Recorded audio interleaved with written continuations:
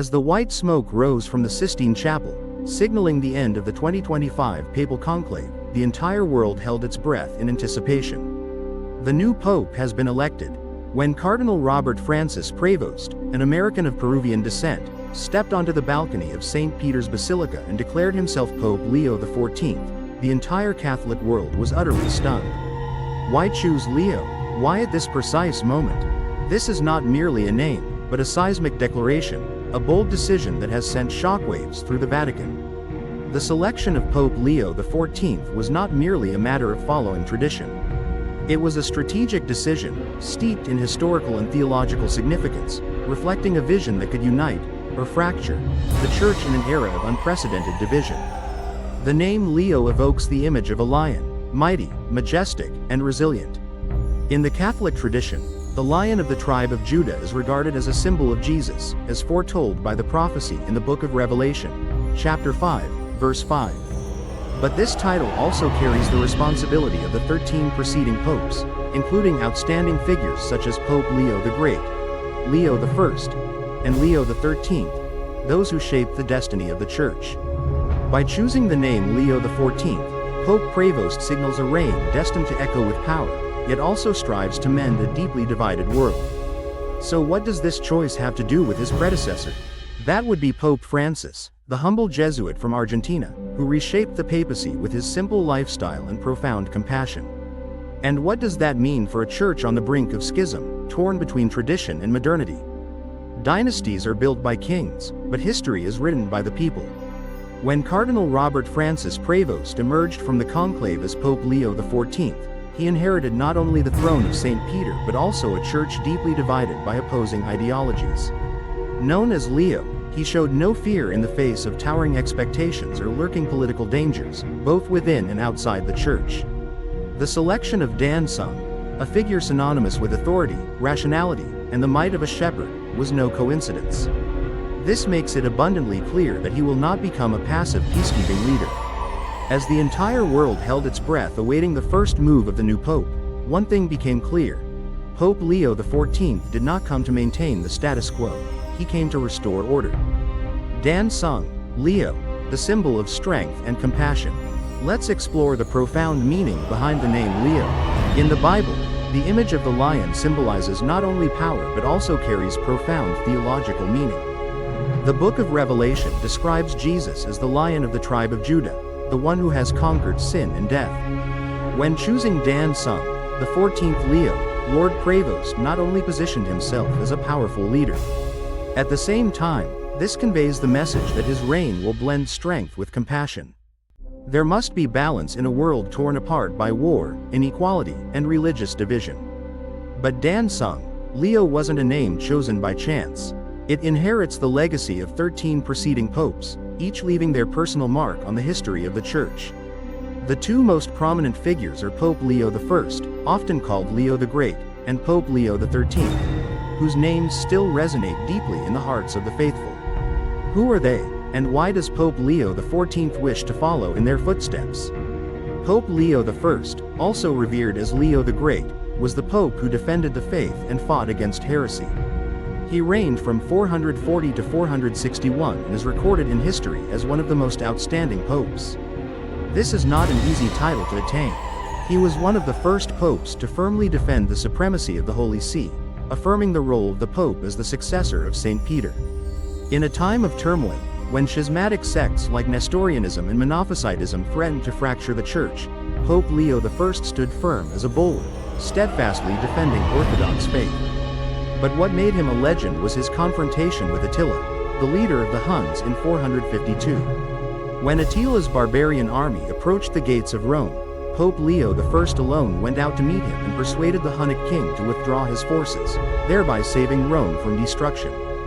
This action not only demonstrates courage but also affirms his exceptional diplomatic prowess, a quality that Pope Leo XIV seemed to allude to. In his first speech after being elected, Pope Leo XIV emphasized the importance of building bridges between communities, religions, and nations.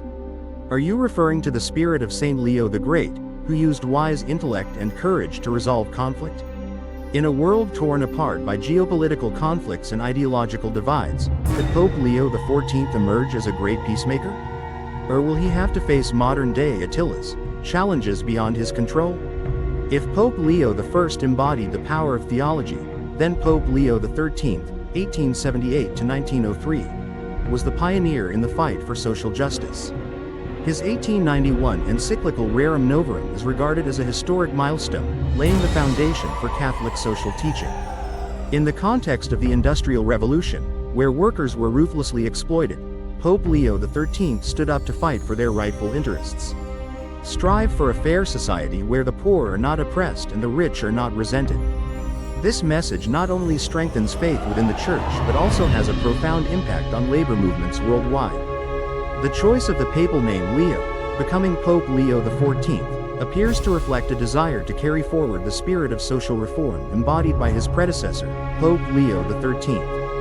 For over 30 years of dedication to impoverished communities in Peru, Father Prevost has demonstrated profound compassion by always standing alongside the forgotten lives on the margins of society.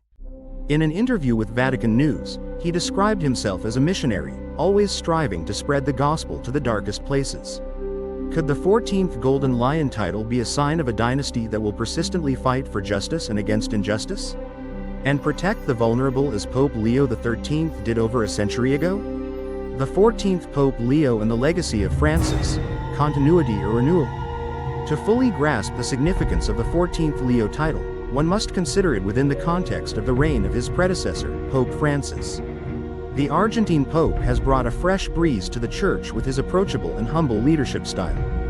Thus, Pope Leo XIV, with his supreme authority, will he inherit or terminate the legacy of Pope Francis? There is no easy answer, and it is precisely this ambiguity that has made the 14th generation Leo the focal point of heated debates. Both Pope Francis and Pope Leo XIV chose titles rich in symbolism, clearly reflecting their authority. Pope Francis took his name after Saint Francis of Assisi, the saint who symbolizes poverty, a spirit of peace, and love for nature. Similarly, Pope Leo XIV chose the name Leo to evoke an image of strength and compassion. A suitable choice to meet the leadership needs of the Church during a period of great upheaval. Moreover, both popes have origins in the Americas. Francisco is Argentine, while the 14th Leo is a U.S. citizen but has been deeply connected to Peru through decades of dedication. This coincidence is not accidental. The passage reflects the shift in the Church's focus from Europe to regions where Catholicism is growing most vigorously. Both of them carried a fervent missionary spirit and were deeply devoted to the poor. Pope Francis is renowned for his simple lifestyle, rejecting the luxuries of the Vatican to live like an ordinary person. He visited the slums, embraced the homeless, and called upon the Church to become a field hospital to heal broken souls. Pope Leo XIV not only had experience serving in the impoverished regions of Peru, but he also carried in his heart the fervent spirit of a missionary.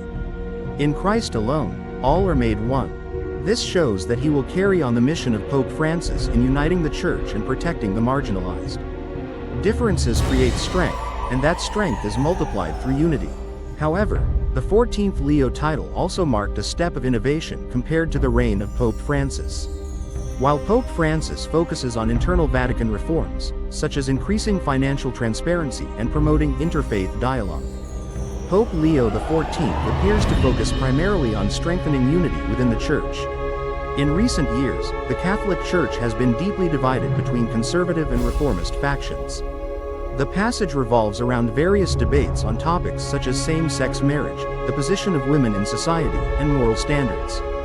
The experiences of Pope Leo XIV in his role as prefect of the Congregation for Bishops in 2023 helped him understand the underlying conflicts within the Church. With proficiency in multiple languages such as Spanish, Italian, French, and Portuguese, along with a solid diplomatic background, Pope Leo XIV is renowned as a world-class leader, with the ability to tackle complex challenges on par with those faced by Pope Francis.